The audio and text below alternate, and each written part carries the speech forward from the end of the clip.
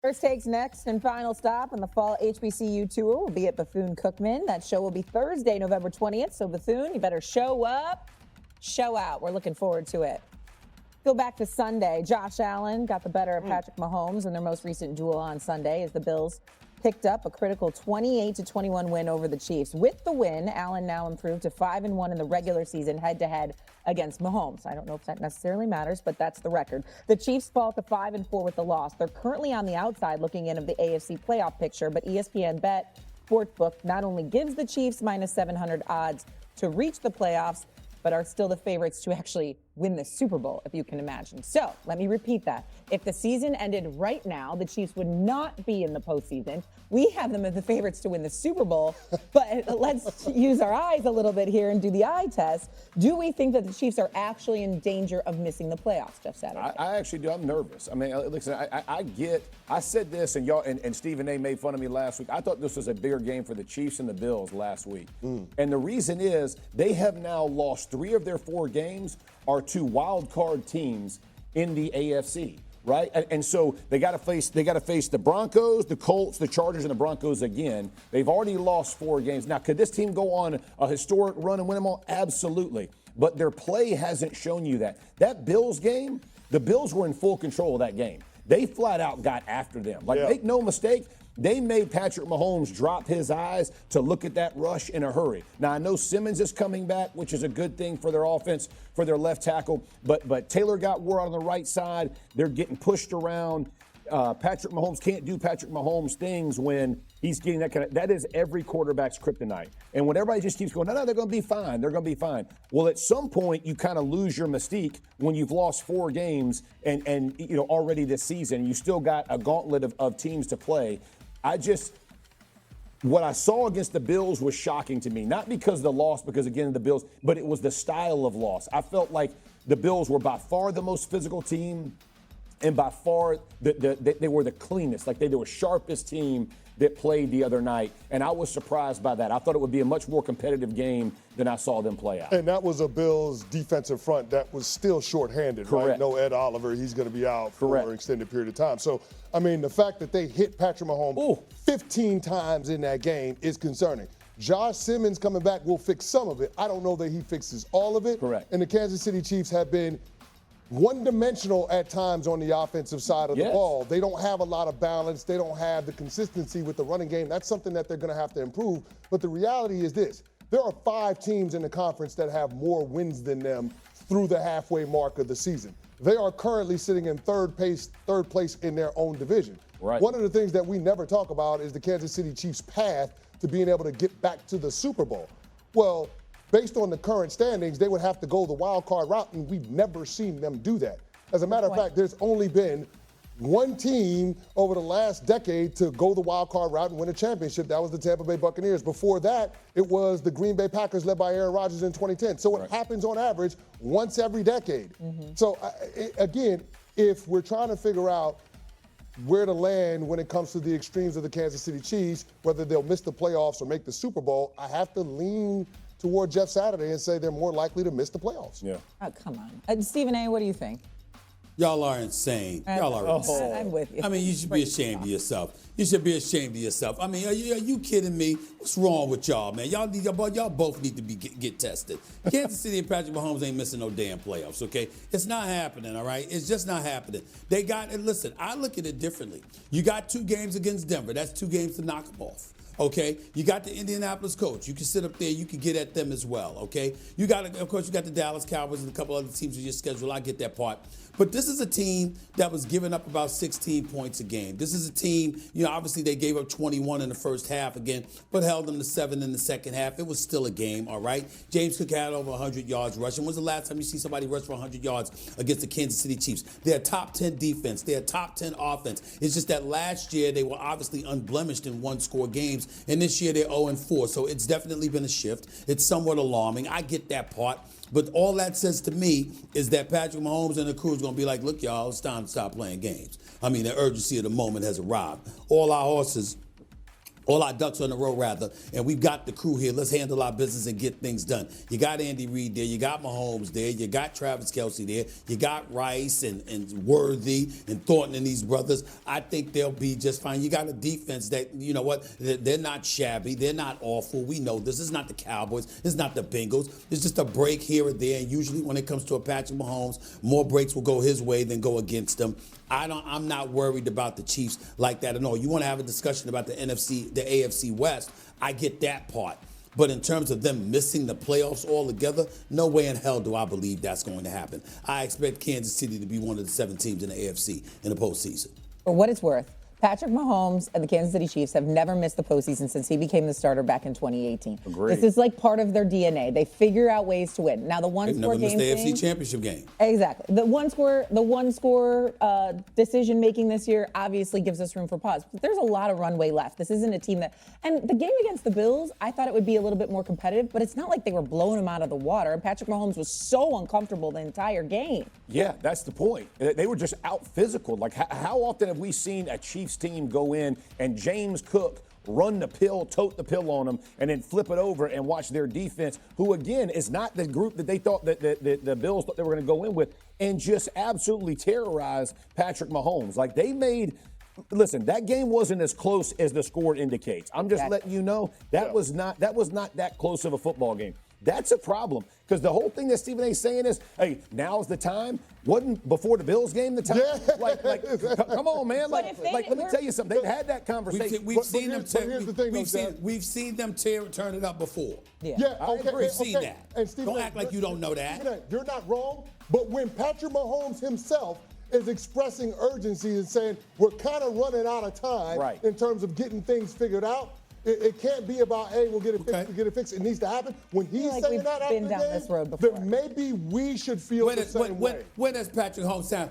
When is he sounding different? When is he sounding different? So there's an epiphany that hit you now. He sounded different now than he did before. Please, he always sounds like that. Okay, he takes every week seriously. The man has been in the AFC Championship game every single year he's been in the league. No. Okay, every single year he's been a starter. This is what he brings. Agreed.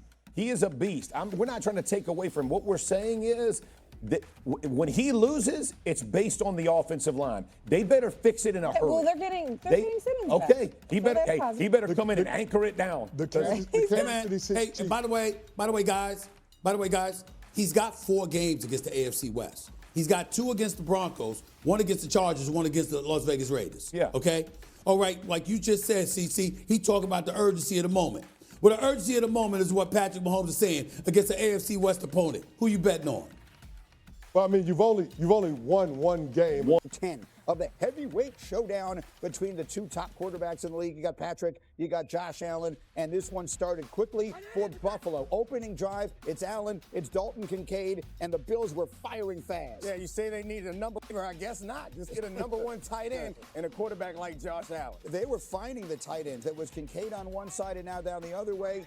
Coach, it's Dawson Knox taking it all the way down to the 3. Yeah, absolutely. And this is a dime right here by Josh Allen. And you're right, man. Those tight ends showed up big. Then the abomination that is the tush push takes up a couple of minutes of our time. Excruciating to watch, but it's successful, and the Bills come storming back. They're up 21-10 now, third quarter. Bills are up 28-13. Patrick Mahomes needs to get something going. So who's he looking for? Hollywood Brown for 33 yards. Oh, yeah, Hollywood sold that and got open down the sideline, and then he hits him. You know, Mahomes doesn't miss. How about this play? 4th and 17, we're going for it. Basically, this is your ball game, and Rashee Rice is out there. Yeah, they use the often used tactic of not blocking the best pass rusher. Got him a bunch of time. Mahomes found him on 4th and 17. They go for it again on a 4th down. We're early in the 4th quarter. They punch it in with Kareem Hunt. It's 28-19. They're going for the 2. It's Mahomes. It's his old reliable Travis Kelce. Oh, my goodness, it's a 7-point game. A night that felt like Buffalo was dominating the entire time the Chiefs are within a score. 4.5 minutes to go, 3rd and 10. It's Mahomes. This one, Coach, people will point out it's an interception, sort of played almost like a punt. Yeah, absolutely. You're just trying to give your player a chance here. That's why he throws it. I mean, look, it's 3rd and 10. 3rd and 10. 3rd and 10. Give him a it's chance. A 50-yard pass. You turn it over. Matt Prater now has a chance to put it away with 26 seconds left. Going. off the upright. Sean McDermott can't believe it. Chiefs are going to get one more chance, at least, at the finish here. Down 7, 11 seconds left. Mahomes, we're going to Hail Mary. D. Wood, look how close this comes. Tyquan Thornton is down there. Yes, I mean, you talk about a game of inches. I mean, the ball is literally hits his hands right there, and luckily for Buffalo, they had 2 defenders. And Hollywood Brown was right there for the tip in case there was one. So then Rex, on the final play, they bring 5. I love how they brought the heat in this situation, brought 5 rushers down there, puts more pressure on them, doesn't let them set up, and even if caught, it's not going to be in the end zone. Bills hold on, and they win this round of the battle, as they so often do in the regular season. 28-21, career day for both quarterbacks in different ways. Josh Allen, completion percentage, 88%, his best ever. Flip side, Mahomes, first time in his career under 50% completion in a game. And afterwards, Mahomes at the mic talking about where Kansas City stands right now. We've had great moments. We've had bad moments. We got to be more consistent as a team. I got to be more consistent at quarterback. And we got to be able to battle. I mean, we've kind of been in a lot of these tight, close games in our history, but they're not going our way now. All right, put your feet up. We've got a lot to say about this game because it spoke such volumes. D. Wood, you had an immediate reaction to what we saw right at the line of scrimmage. Yeah, I thought Joey Bosa and that plan to rush Patrick Mahomes was outstanding by the Buffalo Bills, because we know the one thing that Josh Allen, Patrick Mahomes has done all season, he's killed teams with his legs. But you could just see, look at Joey Bosa, letting rushers rush up the field, okay? But the way they tied it all together, they didn't give him many rush lanes to really hurt that defense. And you saw it over and over and over again, whether it was Joey Bosa, other players along the defensive line. They were whipping the Kansas City Chiefs offensive line, particularly their tackles, in this football game. We've seen it. If you want Mahomes in that offense to look human, it's attack those tackles. And we thought that problem was solved, but there were injuries through the course of this game. They dominated up front on offense and on defense. And the Bills' offensive line punished them. This is the end of the game. They're trying to put the game away. They hand it off to Cook. Look how far this O-line pushed this D-line. This is when you have to have a stop with less than 3 minutes left, and they're taking him and pushing him. That's a Hall of Famer right there. That's a Hall of Famer that they're pushing 6 yards back and closing this game out. So, Rex, that's the point. So you got one side of the line of scrimmage. You got the other side of the line of scrimmage. This is where the game was decided. And I think all of us thought, we talked about this now, you picked them yesterday on Sunday NFL Countdown, Buffalo to win the game. But I think the general conventional wisdom coming in was the Bills are kind of on the ropes. New England is the team on the come-up. Kansas City has found its stride. What is the storyline today after Buffalo pummeled them on both sides of the line of scrimmage? Well, look, this team was built to beat the Kansas City Chiefs. And when I look at it, and we've talked about it before, D. Wood, Andy Reid's the only offensive line coach that doesn't like to run the ball. And to me, it's set up. Buffalo is outstanding in pass coverage and with the pass rush they got with Bosa and things. So it plays right into their hands. That's why I took them to win, because I know Kansas City's not going to run the football. Look, Buffalo can't stop a nosebleed when you run the ball. Kansas City doesn't do it. They're built for Kansas City this year. The Chiefs will be getting back Josh Simmons, their left tackle. He's been out for a while. And when he comes back, and that's expected to be fairly soon, that will help stabilize the offensive line. That will be an advantage for the Chiefs moving forward. The other thing I say is Buffalo played a very impressive game, was strong up front, did everything that you should want to do to win a game, and you can't help but applaud them. But I would just say that's great. They won another regular season game against the Chiefs. Let me know when they beat them in the postseason. Let me know when that happens, because it hasn't happened yet. Patrick Mahomes is 4-0 against the Buffalo Bills. And when it matters, the Chiefs get it done. And even yesterday, when Matt Prater missed that field goal, it was almost like you can't put this team away. They did. And they deserved to win the game. They were the better team yesterday. But again, I want to see that in the postseason before you get too excited. Well, it's funny, because I think there's a perception here that Patrick Mahomes always outplays Josh Allen. Quite honestly, that is 100% wrong. Patrick, the Kansas City Chiefs have never beat Josh Allen. They've beaten the Bills, but never Josh Allen. Josh Allen, they have basically identical stats. 75.2 passer rating for Josh Allen, 74.6 for Patrick Mahomes. And I mean, it's games against each other. It's like crazy. Like, this is such a matchup. It's Ali Frazier. It's the greatest thing. You have to see it. But I'm telling you, the Bills in the offseason, they made it a point of we are going to build our team to beat the Kansas City Chiefs. And the game script, and the game script in this particular game played into the Bills' hands. And the Chiefs, How so? Because they were able to run the ball the entire game. They never got their weaknesses tested. The Chiefs' weakness was tested. That offensive line was weak because of injuries. It was tested. The question we have about the Bills is not can they run the ball. It's are they going to be able to execute in the passing game if they're from behind? And we never really saw that. And in this particular game, it's also the Chiefs' receivers should be able to take advantage of man coverage. And you know Mahomes is great against zone, but none of that mattered because there was a defender in Mahomes' lap the whole time. If they get healthy tackles back, we're looking at an entirely different game. This game does not tell me that the Bills are going to beat them in the playoffs. It shows me that the Bills are going to keep the game close because they're capable of it. But who really knows what's going to happen in the playoffs because we've seen what's happened. They have to get by they, I mean Kansas City needs to get their offensive line back together. My overriding feeling as I was watching that game yesterday, D. Wood, was they're going to, and I don't mean to say this cavalierly on a day where we had a really serious quarterback injury, but they're going to get Patrick Mahomes hurt.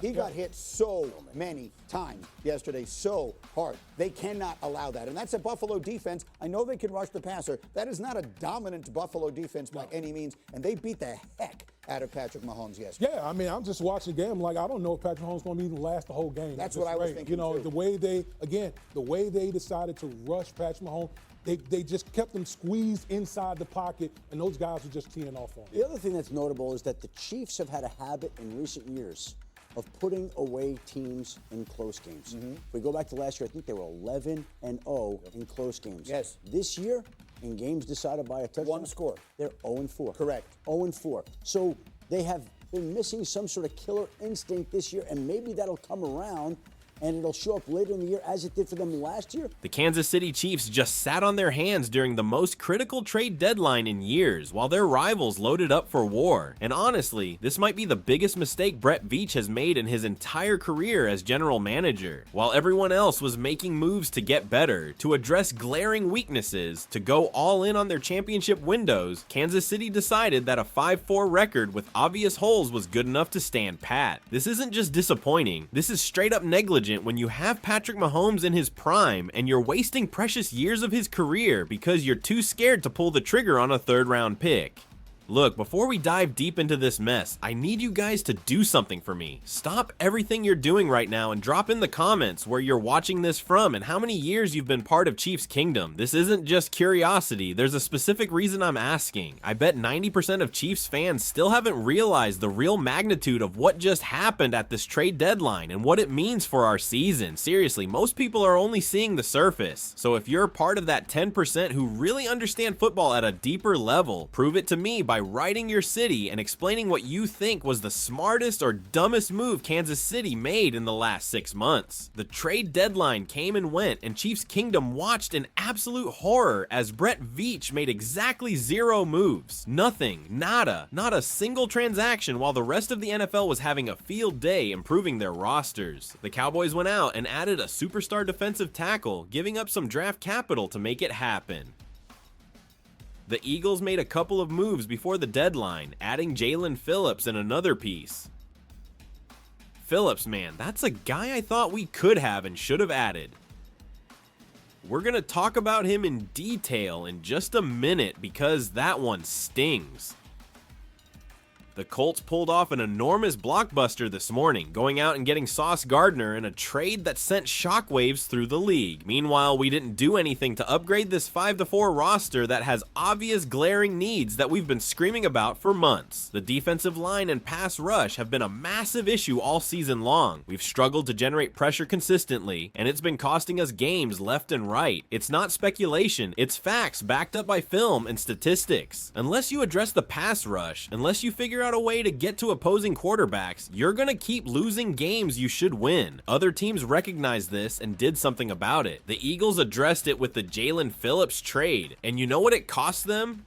A 3rd-round draft pick. That's it. Just a 3rd rounder to rent a proven pass rusher for the rest of the season and potentially make a Super Bowl run. Bradley Chubb was floating around, as an option too. I think the cap situation would have been a little restrictive with him, and he didn't end up moving at all. I don't even know if we called about him, to be completely honest with you. But then there's Draymond Jones, somebody we talked about repeatedly on this channel. He moved today for a 5th round pick to Baltimore. A 5th round pick. Keon White moved a couple weeks ago for basically a swap of late round picks to the San Francisco 49ers. So the Eagles, the Ravens, and the Niners, all teams with needs at edge and defensive line, they all went out and addressed those needs, and none of them gave up more than a 3rd round draft pick to make it happen. I want you to keep that in the back of your head as we go through this, because it's crucial to understanding just how conservative and frankly scared Brett Veach was at this deadline.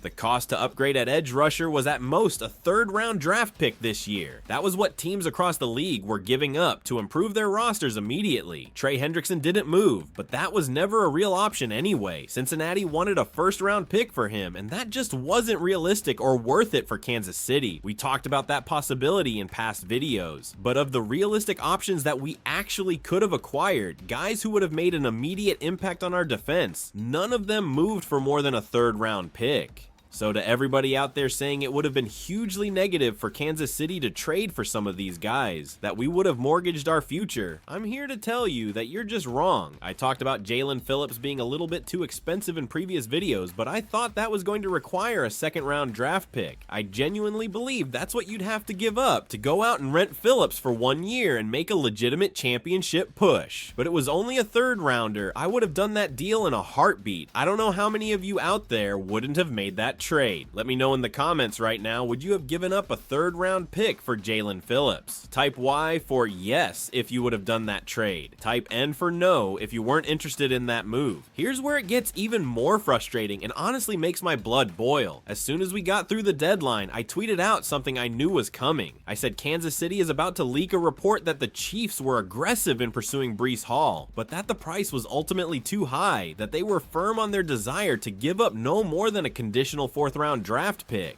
And wouldn't you know it, that's exactly the report that came out later that same day from Nate Taylor. He reported early in the morning that the Chiefs were willing to go as high as a 4th round pick that could conditionally turn into a 3rd round pick in any trade they made. That was Brett Veach's philosophy across the board for any potential deal at the deadline. They were maxing out at a conditional 4th round pick, and as we just established, the maximum price for any edge rusher we could have realistically acquired was a 3rd round pick. A couple of guys came off the board at that price, but there were still options available even at that price tag. We didn't get to any of those options, but here's where it becomes absolutely infuriating, where steam literally starts coming out of my ears.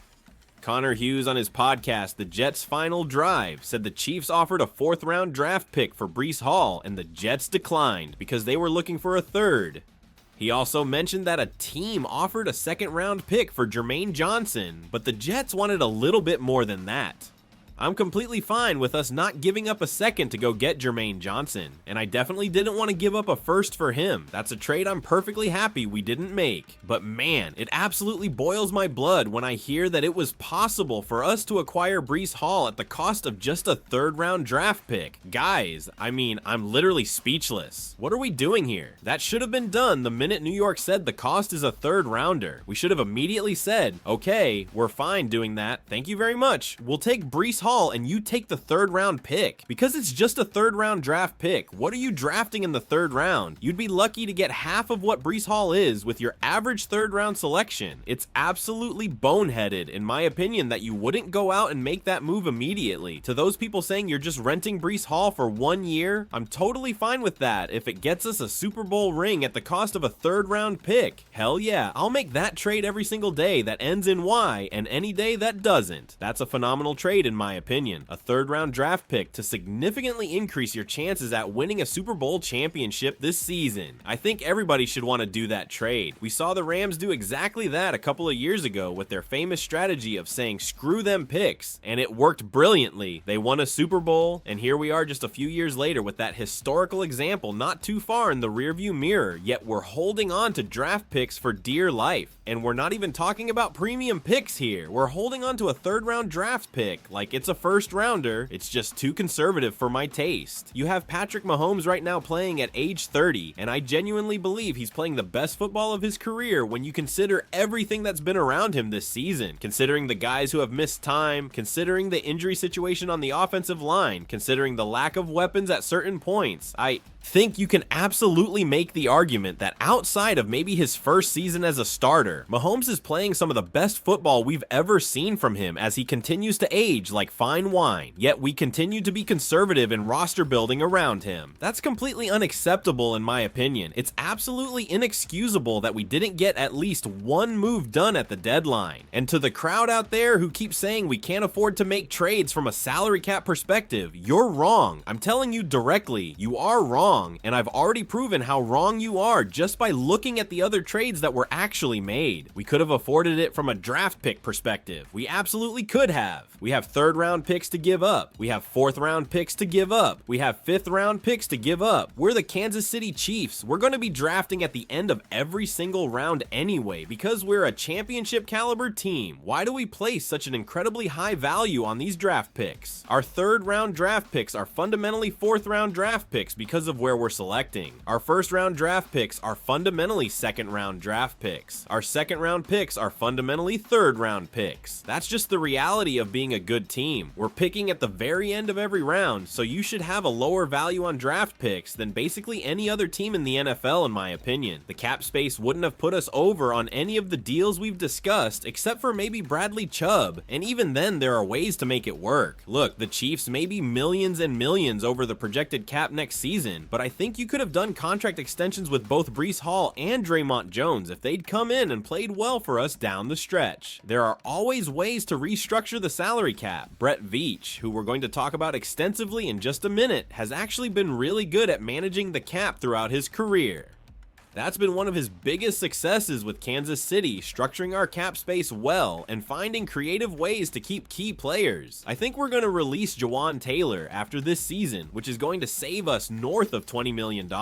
And there are plenty of other restructures we can do to save even more money beyond that. Honestly, thinking about this whole situation, I believe Brett Veach got way too conservative at this deadline. The man who used to be aggressive, who used to make bold moves, who traded up for Patrick Mahomes, suddenly got scared when it mattered most. We're sitting here at 5-4 with the most talented roster Mahomes has ever had, and we're not maximizing it. That's on Veach. When the Rams showed everyone the blueprint of how to go all in during your window, we somehow learned the opposite lesson. I genuinely think this could haunt us for years if we don't win it all this season, because next year the window gets tighter, guys get older, and that 3rd round pick we saved, it'll be a nice consolation prize when we're sitting at home watching someone else lift the Lombardi trophy. Now, while the trade deadline disaster was unfolding, another bomb dropped that should have every Chiefs fan paying close attention. The offensive line performance against the Bills revealed some truly disturbing numbers that we need to talk about, because this isn't just about one bad game. This is about fundamental problems with how we've allocated resources and how certain highly paid players are performing when it matters most. Pro Football Focus released their grades from that Buffalo game, and when you dig into the details, you'll find some statistics that should legitimately scare you about the future of this team. Let's start with the snap counts, because they tell a revealing story on their own. Creed Humphrey played 60 snaps, which was 100% of the offensive plays. No surprise there, he's our anchor. Jalen Moore played 60 snaps, 100% of the plays. Trey Smith played 60 snaps, 100% of the plays.